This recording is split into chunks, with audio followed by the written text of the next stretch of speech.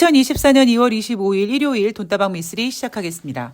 요즘 아마 여러분들이 가장 고민하는 부분, 그리고 제 에피소드에 달리는 댓글들을 보면 이런 내용입니다. 왜 지수는 올라가는데 내 종목은 이렇게 올라가지 않습니까? 왜 지수는 빨간데 내 종목은 수익이 안 날까요? 이런 질문들, 이런 고민들.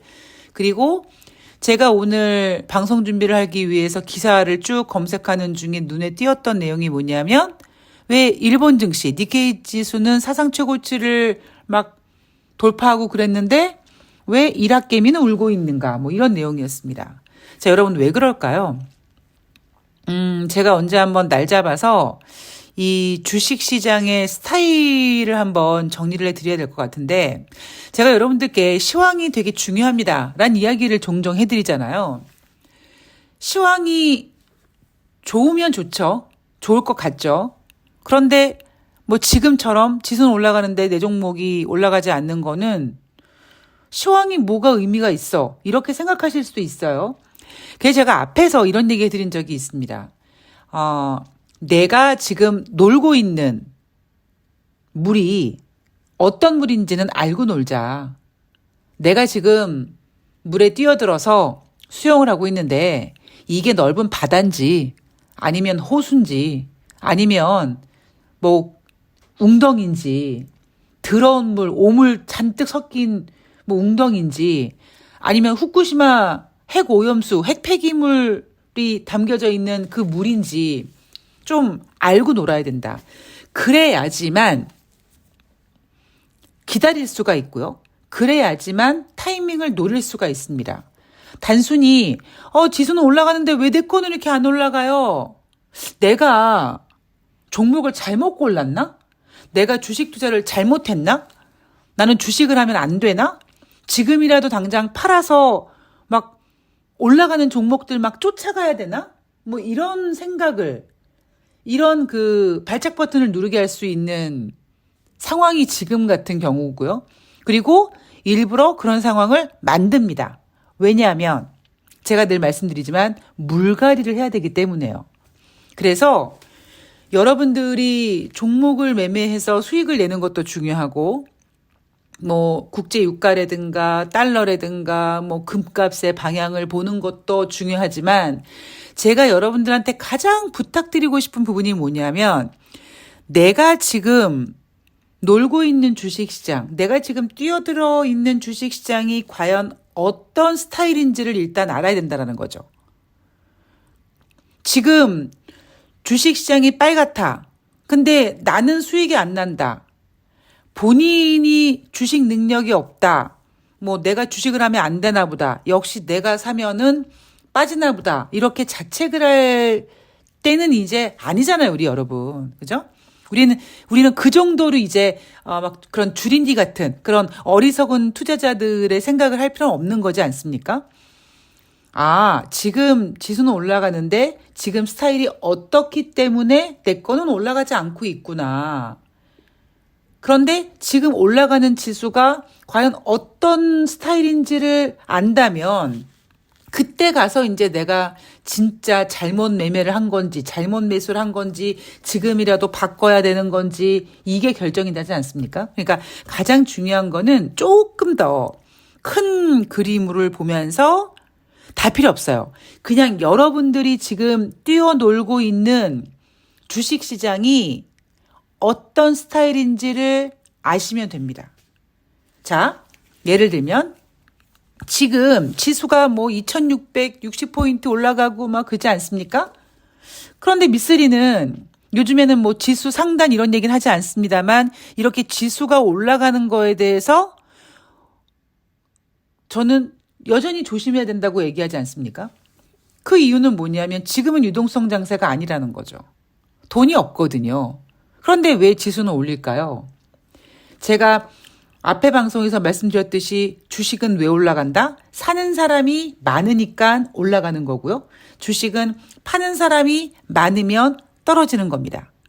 그런데 지금은 어떤 특정한 돈이 지수가 좋아 보이게끔 만드는, 주식시장이 좋아 보이게끔 만드는 만들어줄 수 있는 어떤 특정 상품, 특정 종목을 밀어 올리다 보니까 지수는 좋아지는 거고 힘이 그렇게 그쪽으로 몰리다 보니까 다른 종목들이 지지부진한 거예요.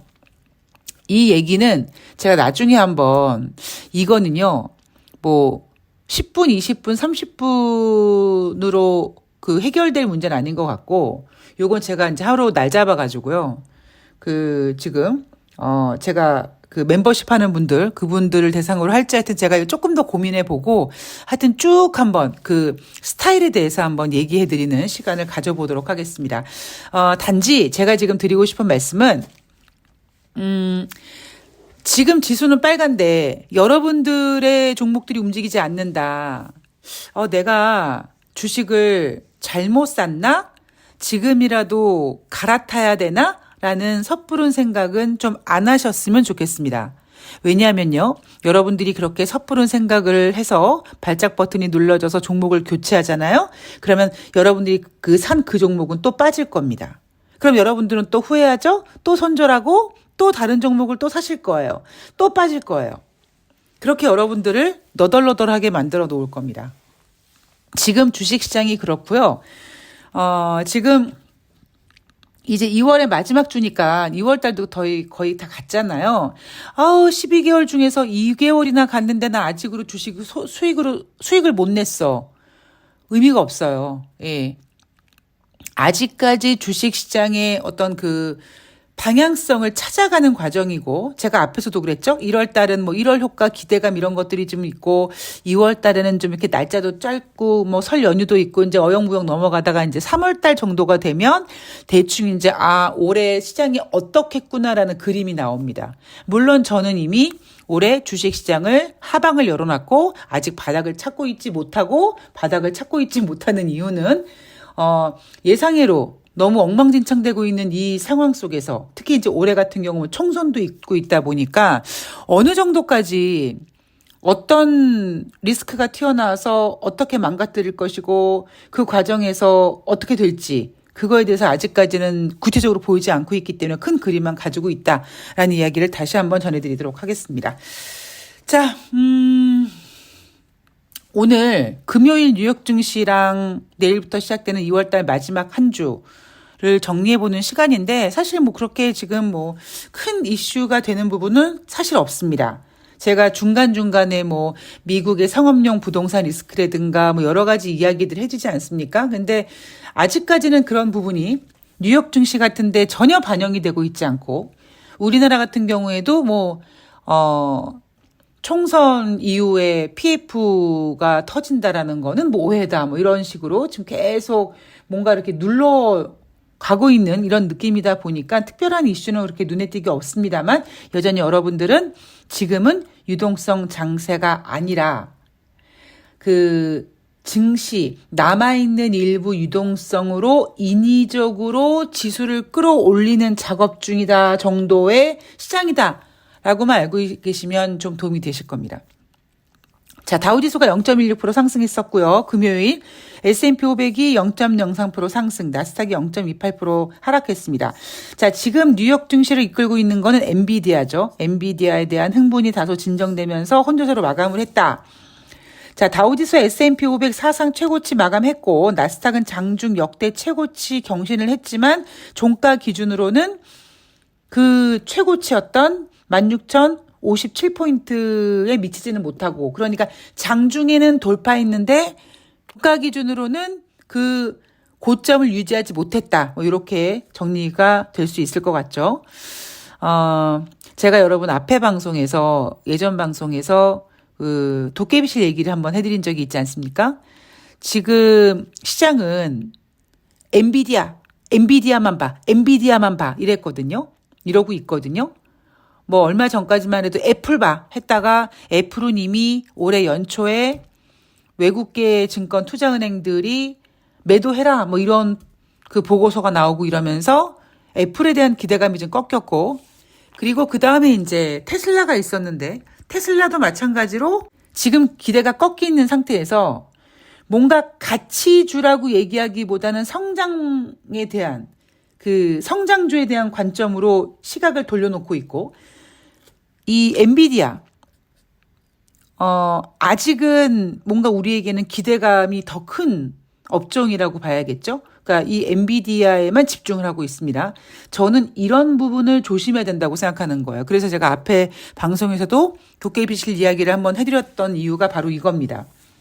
뉴욕 증시에서 엔비디아 때문에 올라가고 엔비디아 흥분이 가라앉으면서 혼조세라고 얘기했지만 지금 여러분 뉴욕 증시에서 이슈가 엔비디아만 있습니까? 다른 거를 가리기 위해서 그들은 스포트라이트를 엔비디아에다가만 비춰놓고 이 불나방들 엔비디아만 봐 이러고 있는 거죠. 저는 이래서 지금 시장이 무섭다는 거예요. 자, 금리 언제 인하하나. 지난주 금요일 같은 경우에는 리사쿡 연준이사, 크리스토퍼 월러 연준이사, 뉴욕 연방은행 총재들의 발언들이 있었는데요. 여전히 인플레이션 2% 향하고 있다는 자신감을 가질 때까지 금리 인하하면 안 된다라는 조심스러운 이야기가 대다수였습니다. 그리고 뉴욕 연방은행 총재 같은 경우에는 올해 내 금리를 인하하는 건 맞는데 그래도 약간 제약적인 정책을 되돌려야 된다 이렇게 굉장히 말조심을 하죠. 그리고 대형은행 같은 경우는요. 골드만삭스가 올해 첫 금리 인하 시기를 6월 달로 봤고요. 올해 총 4번의 금리 인하를 할 거라고 보고 있습니다. 그리고 UBS 같은 경우에는 올해 연말 S&P 지수가 5,000포인트 될 거라고 예상했는데 5,200포인트로 S&P 500 지수를 상향 조정했고요. 올해 첫 금리 인하는 6월 달, 올해 총 금리 인하 3회 할 거라고 예상하고 있습니다. 여러분 좀 뭔가 이상하지 않습니까, 여러분? 골디락스라면서요.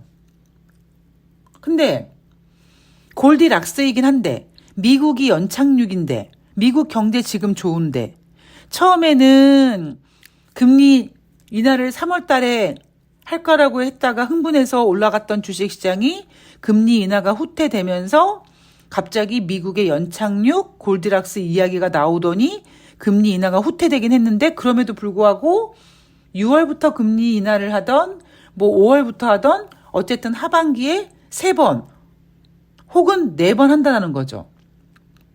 뭔가 여러분 이렇게 모순된다라고 느끼지 않으십니까?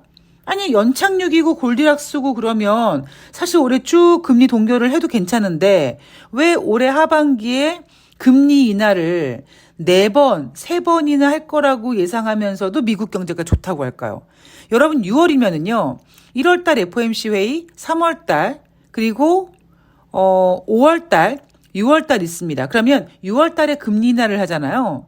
그러면 8번의 금리 인하니까 하반기에 4번 남은 연준회의에서 매번 금리 인하를 하겠다라는 거거든요.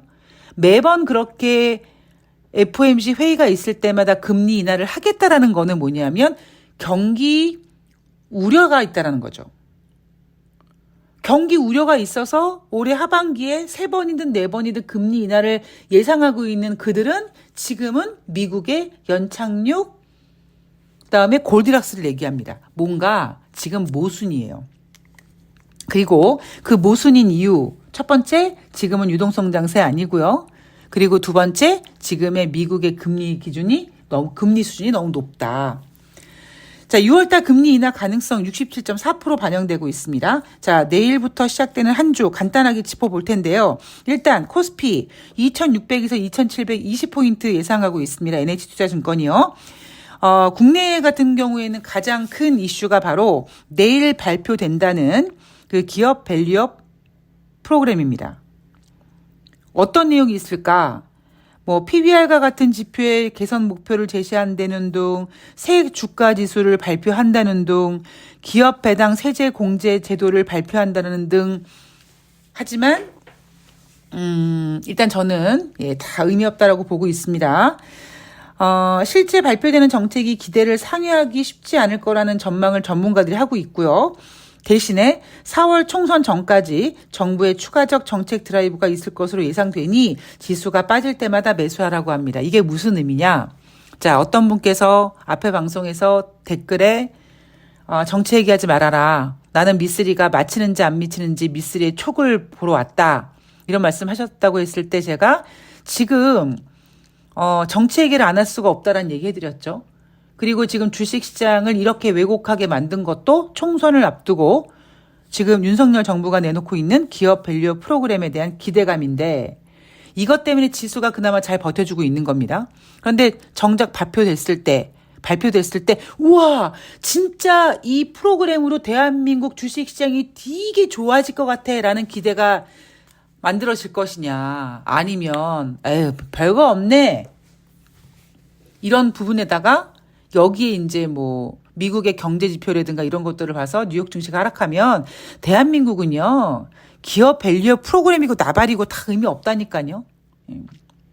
그냥 마치 저는 지금 윤석열 정부가 무슨 짓을 하고 있는지 생각해 보면 이 기업 밸류어 프로그램이라는 이슈를 가지고 대한민국 주식시장 가지고 주가 조작을 하나 하는 느낌으로 지금 주가 조작하는 거와 비슷하게 하지 않습니까? 어떤 재료를 띄워놓고 계속 올라간다고 하고 있고 뭔가 터질 것처럼 마치 이슈 매매, 일정 매매 같이 이렇게 지금 지수를 인위적으로 만들고 있다는 부분이 저는 미쓰리가 하방을 열어놨는데 얼마큼 빠질지는 감을 잡을 수가 없다라는 이유 중에 하나입니다. 자, 어쨌든 그래서 증권가에서도 이번 주에 차익 매물, 그러니까 차익 실현 매물이 나올 것 같다. 그럼에도 불구하고 4월 총선 전까지 정책 드라이브가 있을 거니까 빠질 때마다 사라. 빠질 때마다 사란 얘기 뭡니까? 빠질 때마다 사서 지수를 이렇게 지탱해 줘라 이거죠. 니네들 희생해. 대한민국 지수 지키기 위해서 이 개인들 열심히 사줘 좀. 왜? 미쓰리가 그랬잖아. 사야지만 올라간다고. 그런 얘기를 하고 있는 거고요. 그리고 은행주 배당락으로 가치투자 테마에서 AI 기대감으로 성장주 테마로 관심이 이동된다. 개풀 뜯어먹는 소리하고 앉아있는 거고요. 자, 뉴욕 증시 같은 경우에는요. 엔비디아 강세로 미국의 이 미니 나스닥 100 선물 지수가 하루에 3% 이상 급등한 케이스가 발생됐는데 이러한 모습은 20년도 더 전인 닷컴 버블 시기 이후로 처음이라고 합니다. 자, 여러분 우리가 왜 닷컴 버블이라고 하죠? 닷컴 닷컴 혁신, 닷컴 바람, 이런 게 아니라 닷컴 버블이라는 단어를 쓴 이유는 닷컴 이슈가 돼서 막 올라갔다가 이게 버블인가 봐 하면서 꺼졌기 때문에 닷컴 버블이라는 단어를 쓰지 않습니까? 그리고 이때가 2000년도입니다, 여러분. 1999년도에 그때 닷컴이 막 유행하고 그런 주가들 막 코스닥에서 난리 부르스 치고 그러다가 버블이라는 단어를 달고서는 쭉 빠졌죠. 그런데 이렇게 지금 미국의 이 미니 나스닥 지수가 하루에 3% 이상 급등한 때가 바로 그때였다. 무슨 얘기인지 아시죠? 예. 지금은 어떤 유동성이라는 실체가 있어서 그 유동성이라는 실체가 지수를 올리는 게 아니에요. 지수를 올리기 위해서 특정 분야에 집중해서 올리다 보니까 지수만 올라가고 종목들은 올라가지 않는 겁니다. 그리고 이 현상 오래가지 못할 거예요. 이제 3월 달 되면 또 전혀 다른 그림이 그려질 겁니다. 제가 미쓰리가 올해 주식시장 미쓰리가 어떻게 보고 있는지, 미쓰리가 올해 어떻게 매매를 할 건지, 어떤 생각을 갖고 있는지 충분히 말씀을 드렸죠. 자, 여전히 여러분들 긴장 모드 좀 가져가셨으면 좋겠습니다. 우리 1년 전에 1월달 효과가 없는 줄 알았는데 1월달 효과 괜찮고 그리고 이제 점점 전문가들이 장밋빛 막 내놓다가 3월달에 실리콘밸리 뱅크 사태가 터진 겁니다.